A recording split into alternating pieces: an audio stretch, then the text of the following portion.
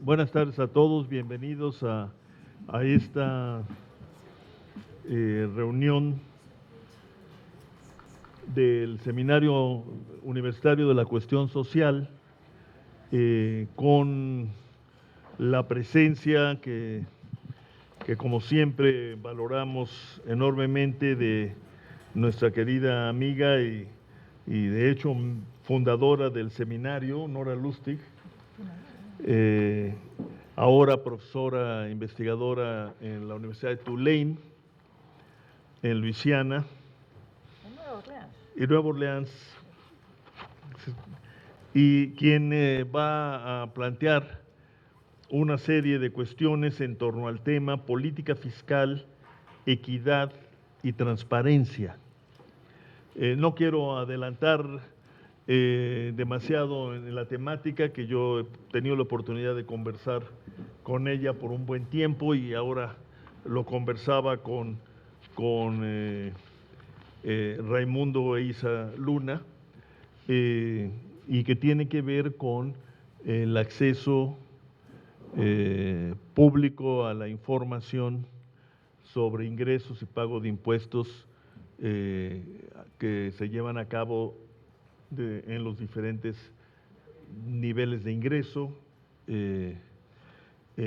información que, como muchos de ustedes saben, es una información pública en muchos países del mundo, que fue una de las bases, por cierto, para el libro célebre de estos meses, el libro Capital de Thomas Piketty, pero que en nuestro país, a pesar de diferentes gestiones, peticiones y yo creo incluso que decisiones en el nivel de la Cámara de Diputados, no se ha hecho pública y no se ha hecho un ejercicio permanente que permite el acceso cotidiano de los ciudadanos y en particular de los investigadores a esta información. Este es un tema que a Nora le ha preocupado particularmente en los últimos tiempos en el marco de sus conocidos estudios sobre distribución y redistribución de ingreso y riqueza, uno de cuyos hallazgos tuvimos oportunidad de discutir hace 1 año o 2 años, ¿no?, en nuestro seminario de la cuestión social también. Van a acompañar a Nora como comentaristas Isa Luna Pla, del Instituto de Investigaciones Jurídicas, y Raimundo Miguel Campos Vázquez, del Colegio de México. Isa, Raimundo, muchas gracias. Pues te escuchamos, Nora. Gracias. Muchas gracias. ¿Se oye? Sí. Muchas gracias, Rolando. Un placer estar aquí. Y espero que esto sea más una conversación, más que una disertación, porque el tema les voy a presentar algo también formalmente, pero la razón por la cual yo le había solicitado a Rolando tener la oportunidad de conversar sobre el tema de la transparencia fiscal, en realidad es por lo que no puedo presentar, no es por lo que puedo presentar. Yo puedo presentar qué pasa con la incidencia fiscal a partir de las encuestas de hogares, la encuesta ingreso-gasto de México y de otras en el mundo, pero en muchos países la información sobre el ingreso de las personas de altos ingresos y lo que pagan en impuestos no es todavía información pública. Y las encuestas, como les voy a mostrar con algunos datitos anecdotarios que son muy reveladores, no tienen a las personas que están en el tope de los ingresos. Por lo tanto, nos quedamos con una historia parcial siempre de qué es lo que pasa en términos de la política fiscal y lo redistributivo. Igual, muy interesante, pero estamos un poco haciendo una campaña para ver si se puede lograr que en todos aquellos países en donde esa información no es pública, ya que es pública en muchos otros, se vuelva pública, para poder hacer un análisis adecuado de la incidencia. A mí me sorprende que en nuestros países se acepte tener reformas fiscales sin saber realmente quién paga y cuánto paga impuestos. No, eso no lo entiendo. Pero esto ya lo venimos dialogando desde hace tiempo y yo sé que Rolando ha estado tratando de convencer también de que eso no ocurra, pero sigue ocurriendo. Entonces la ciudadanía tiene que ser la que solicite que esa información sea pública cuando se está debatiendo algo tan relevante como quién paga y cuánto paga. Y lo que, bueno, voy a presentarles hoy es parte de un proyecto que estamos coordinando, lo llamamos Compromiso con la Equidad, abreviado CEQ, y trabajamos en esto desde la Universidad de Tulane, junto con el Diálogo Interamericano, y también recientemente se sumó el Centro de Desarrollo Global. Y les cuento un poquito de este proyecto porque ha crecido mucho y nos permite algo que antes no se podía, que es comparar la incidencia de los impuestos y el gasto social a través de muchos países. El proyecto fue creado en el año 2008, como les dije, es un proyecto conjunto del Diálogo, el Tulane y ahora el Centro de Estudios, Centro de Desarrollo Global, y se dedica a qué hace. Estudia la política fiscal y su impacto en la distribución del ingreso, la pobreza y el uso de los servicios básicos de educación y salud. ¿Cómo lo hace? Nosotros producimos algo que llamamos evaluaciones del compromiso con la equidad y lo llamamos SEC Assessments en inglés, y aplica una metodología de incidencia fiscal común a todos los países para lo cual los resultados sean comparables. Hemos desarrollado un manual metodológico que ahora se está en proceso de formalizar, incluso con todos los programas que serán necesarios para que se pueda eventualmente replicar esto en cualquier parte del mundo y por quien quiera hacerlo. Y también tenemos protocolos de control de calidad para estar seguros de que los resultados sean correctos y que no nos agarren con algún error de Excel, que ya sabemos son muy devastadores. Tratamos de minimizarlos. Bueno, la directora actualmente soy yo, esto es el equipo que tengo en Tulane, son principalmente estudiantes del doctorado de Economía y de Estudios Latinoamericanos, y estamos ya con una cobertura de 32 países en el mundo. De América Latina estamos cubriendo a todos menos Panamá, y terminados tenemos los 18 que están a la izquierda, y en proceso están los 16 que están en, algunos recién comenzando, otros ya bastante avanzados.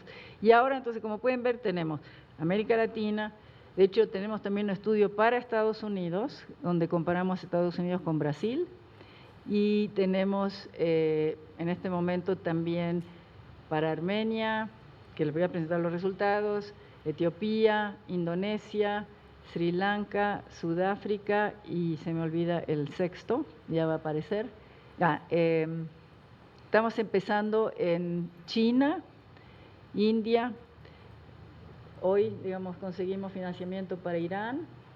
Entonces, y si el otro que estamos con resultados también en Jordania. Entonces, vamos a tener, digamos, una fotografía que nos permite ubicar a cada país cómo se compara con los demás en parámetros que son muy útiles para saber cuál es la acción del Estado, ¿no?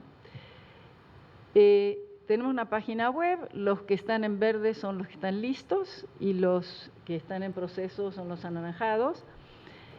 Si ustedes hacen clic en donde está verde, los lleva al documento que relata los hallazgos, y también estamos estandarizando indicadores que a medida que se van haciendo publicaciones, los vamos poniendo ahí para quienes quieran hacer uso de ese material.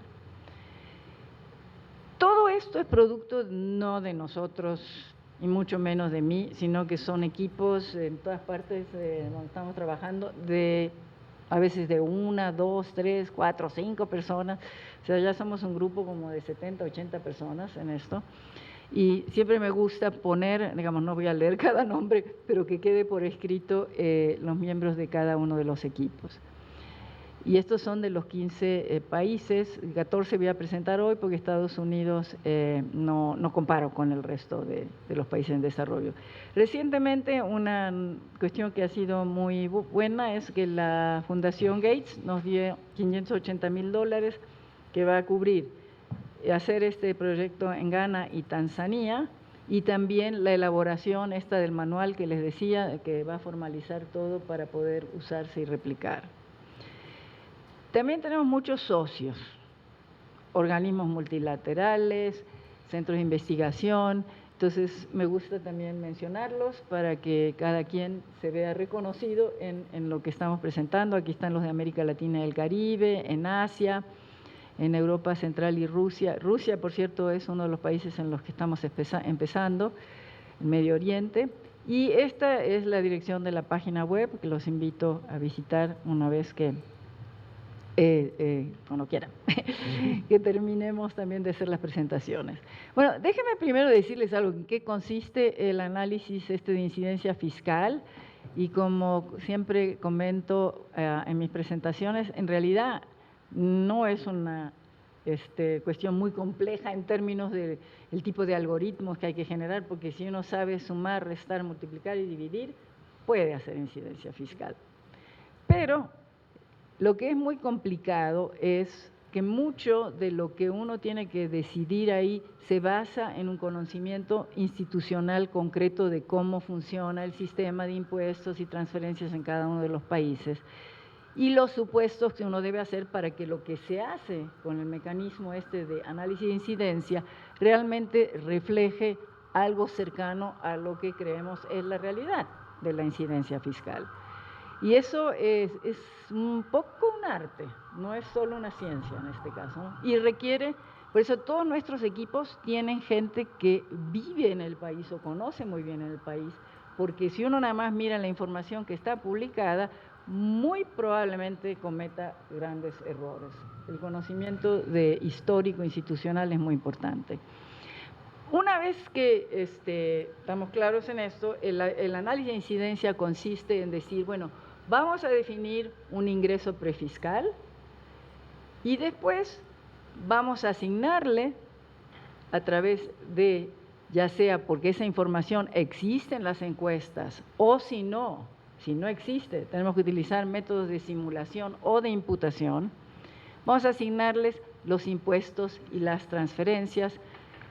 En nuestro caso, tratamos de ser comprensivos, entonces tenemos los impuestos directos, donde están los impuestos a las personas físicas, más las contribuciones a la seguridad social, que son realmente llamados los impuestos al trabajo, las transferencias monetarias, las condicionadas y no condicionadas, también los impuestos indirectos y los subsidios indirectos, generalmente concentrados en el consumo, algunos que van a la producción, por ejemplo, a la producción agrícola, sí tratamos de incluirlos porque tienen un efecto directo sobre los ingresos de las personas de bajos recursos, y también imputamos un valor al gasto o a los servicios que las personas utilizan en el ámbito de educación y salud, siguiendo el método de cuánto es que el gobierno gasta. No hacemos ajustes por calidad por ahora, simplemente nos dice, bueno, ¿cuál es la imputación del valor ese para crear el ingreso postfiscal? Una vez que tenemos una información de los impuestos antes y después, ahora en términos agregados, se los digo así, podemos hacer cálculos de todos los indicadores que querramos de pobreza y desigualdad antes y después, y también del uso de los servicios.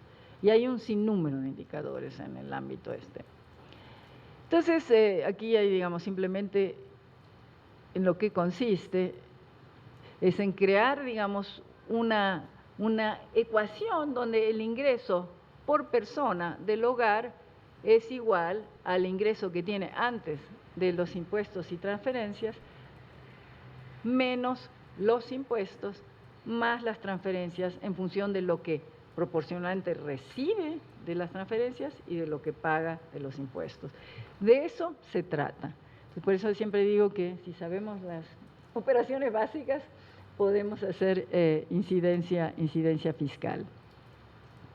Y la pregunta central es cuánto se reduce la desigualdad y la pobreza por la política fiscal, que por cierto, en realidad habría que decir cuánto cambia, porque no necesariamente siempre se reduce ni la desigualdad ni la pobreza por la política fiscal, como vamos a mostrar algunos casos del día de hoy.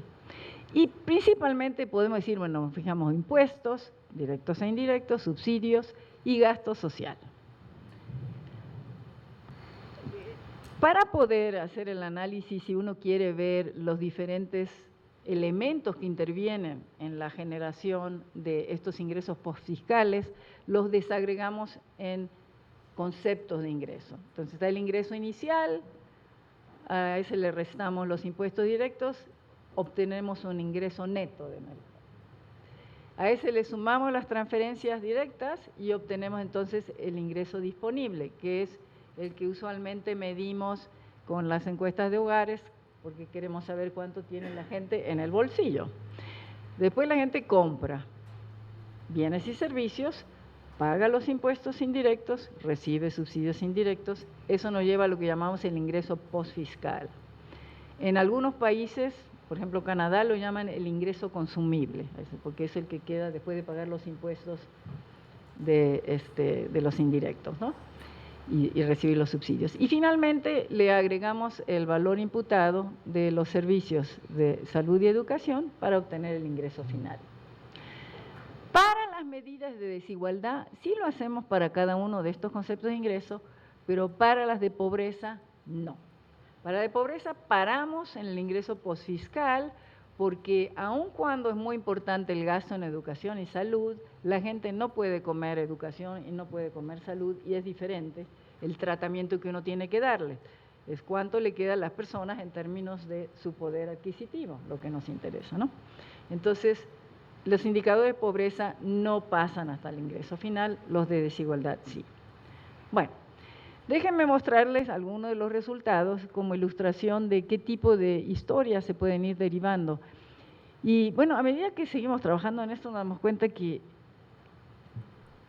la gente tendía a manejar este tipo de análisis de una manera un poquito mecánica. Y después que uno empieza a enamorarse del proceso, se da cuenta que hay tantas historias, o sea, son radiografías de los estados en realidad lo que obtenemos con este proceso. Entonces puede sacarle mucho provecho uno a mirar la información una y otra vez. La primera vez uno no se da cuenta todo lo que le está contando ese tipo de datos. Entonces, acá les voy a relatar a dónde llegamos hasta ahora. Bueno, ¿qué pasa en términos de la reducción de la desigualdad? La flechita negra esta es la que señala México. Estos son todos los 14 países sobre los que tenemos información. Se perdió el último dato de Sudáfrica, el más desigual, el que está arriba de todo, porque en el eje de la izquierda, ¿sí? La izquierda, lo que tenemos es el coeficiente de Gini, que mide la desigualdad, y Sudáfrica tiene el coeficiente de Gini más alto del mundo, aún después de haberse eliminado el apartheid. De hecho, subió el Gini durante los primeros años después de que se eliminó el apartheid. Y ahí está lo que hace cada uno en cada uno de los países a través de los impuestos directos, que es lo que pasamos del primer punto al segundo, que es el ingreso neto de mercado, luego a través de las transferencias directas, como oportunidades aquí, Bolsa Familia en Brasil y muchos otros, casi todos los países tienen algún programa de este tipo. Ese es la línea del medio, y aquí como no puedo, no se puede señalar con el láser, ese es el ingreso disponible. Después vemos el efecto de los impuestos y subsidios indirectos, y después vemos el efecto del gasto público en educación y salud imputado a los hogares. En general, lo que tiende a verse, sobre todo en América Latina, es que este último segmento es el que más redistribuye, o sea, acá hay más la desigualdad por esto, pero eso puede ser también porque es donde más ganan los que trabajan en esos sectores, ¿no? Porque de alguna manera nos está reflejando el salario de los servicios en estos sectores, ¿no? Ahora, quiero mostrarles nada más México comparado con sus pares, porque yo creo que para hacer comparación de este tipo es importante tomar países donde el ingreso per cápita en poder de paridad de compra sea similar. Porque en la otra gráfica tenía Etiopía, que tiene, digamos, el 95% de las personas ganan menos de $4 diarios, y tenía a México, que por cierto, en poder de paridad de compra es el más alto en términos de Producto Nacional, Ingreso Nacional Bruto, es el más alto de nuestra muestra de 14 países. Porque todavía, si tuviéramos a Chile, estaría Chile como el más alto, pero no todavía Chile no está reflejado aquí. Bueno, son los países comparables. Y los países comparables son Brasil, en términos yo casi no veo tampoco. Brasil, abajo viene Jordania, tiene un ingreso per cápita parecido. México está, obviamente ese es el de la línea de la flechita, marqué México ahí. Sudáfrica y Uruguay. Entonces, países muy dispares en tamaño, población, geografía, etcétera, pero tienen ingresos por habitante en poder de paridad de compra arriba de $10,000 al año. Ese es el grupo de estos. Bueno, de ese grupo, México no es muy redistributivo, digamos, ¿no? Si ustedes ven, en términos relativos, sale menos redistributivo. Entonces, ese es un dato que quiero que mantengamos, porque después tenemos que ver, bueno, ¿por qué es menos redistributivo México?